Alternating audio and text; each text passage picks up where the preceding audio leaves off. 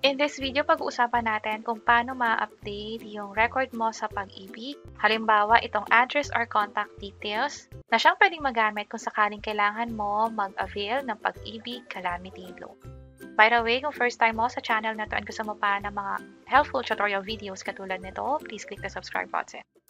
Mahalaga na updated yung information natin o yung data sa Pag-ibig, lalo kung kailangan natin. Halimbawa na dyan yung sa Pag-ibig Calamity Loan kung saan ang mga qualified dito ay yung mga naapektuhan ng kalamidad doon sa mga area kung saan dineclare ng gobyerno.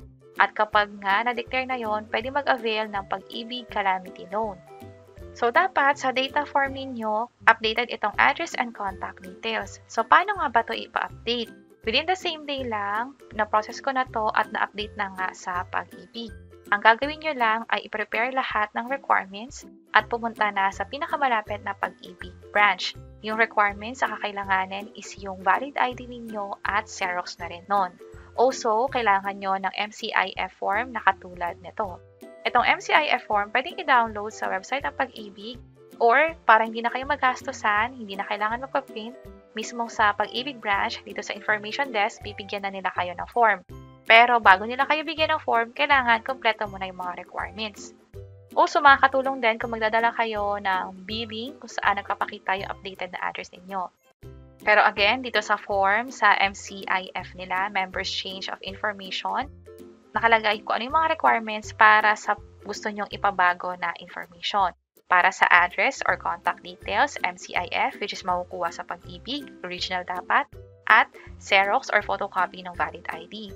Kung sakaling ipapalakad sa iba, pwede rin naman. Ang kailangan is yung valid ID rin kung sino man yung maglalakad at ipa-Xerox din yon.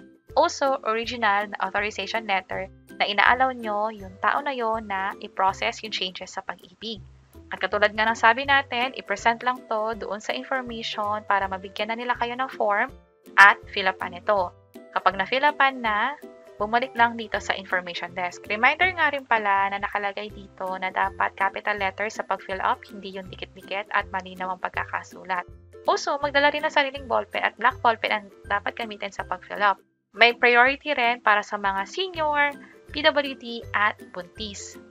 Kapag nga na-fill upan na, pumila lang ulit, mabilis lang naman yung pila dito at mabibigyan na nila kayo ng number na katulad nito. Kung may tanong nga rin pala kayo kung ano yung Pag-ibig MID number nyo kasi yun yung kailangan na ilagay dito, sabihin nyo lang din sa Pag-ibig officer dun sa information desk na hindi nyo alam para bigyan din nila kayo ng form or bigyan nila kayo ng instruction kung paano makukuha yung Pag-ibig MID number. Doon din sa mismong branch, pwede itong gawin. At kapag nga meron ng number, maghintay lang, umupo muna dito at i-check yung sa screen or makinig kung sakaling siraman yung screen nila. Doon kasi malalaman kung matatawag na yung number na binigay sa inyo at kung saang counter din kayo pupunta. Maraming mga transaction na pinaprocess sa Pag-ibig. That's why kailangan nyo i-double check kung yung number nyo ay natawag at kung anong tamang counter din yung dapat puntahan. Kapag nga natawag na kayo or nakita nyo yung number dito sa screen, pumunta lang doon sa counter, katulad nito, at ibigay lahat ng requirements na pinakita nyo rin doon sa information desk. Also, tatanungin din nila kayo kung willing ba kayong maghintay para sa printed copy nung MDR ninyo or MDF pala, which is ito yon. Ang sinabi ko is yes, willing ako maghintay kasi gusto ko nga ma-double check kung talaga mag-reflect na dito yung changes na nirequest ko sa Pag-ibig. And reminder nga rin pala na kung gusto nyo ipa-update bukod sa address, katulad ng cellphone number, yung membership category ninyo, marital status, isabay na rin para isang puntahan na lang. Dito naman sa MCIF, nakalagay ko ano yung mga requirements na kailangan dala ninyo, depende sa ipapa-update yung record. Also, kung matatandaan nyo, may iba't ibang proseso pa rito na pwedeng lakarin. So, halimbawa, aside sa pag-update ng members information ninyo, gusto nyo mag-avail ng loyalty card, or ipa-consolidate lahat ng contribution nyo in preparation dun sa pag-loan ninyo, or kahit ano pa man, halimbawa pagbayad, sabihin nyo lang din yon doon sa counter na nag-process ng update ng record ninyo. At bibigyan nila kayo ng continuing number. Katulad sa case ko, pinakonsolidate ko kasi yung contribution ko dahil bala ko rin mag-loan eventually. So, binigyan niya ako nito at hintayin lang na matawag ulit yung number ko. Doon nga pala sa pinanggalingan kong counter, tinanong ko kung saan posibleng ma-process or saan counter ako pwede tawagin para lalapit na ako doon. At sinabi niya na either counter 1 or counter 2. So, pwede nyo tanongin din yon doon sa pag-ibig officer na nag-assist sa inyo, just in case na nakalimutan nilang i-advise kung saan counter dapat kayo lumapit.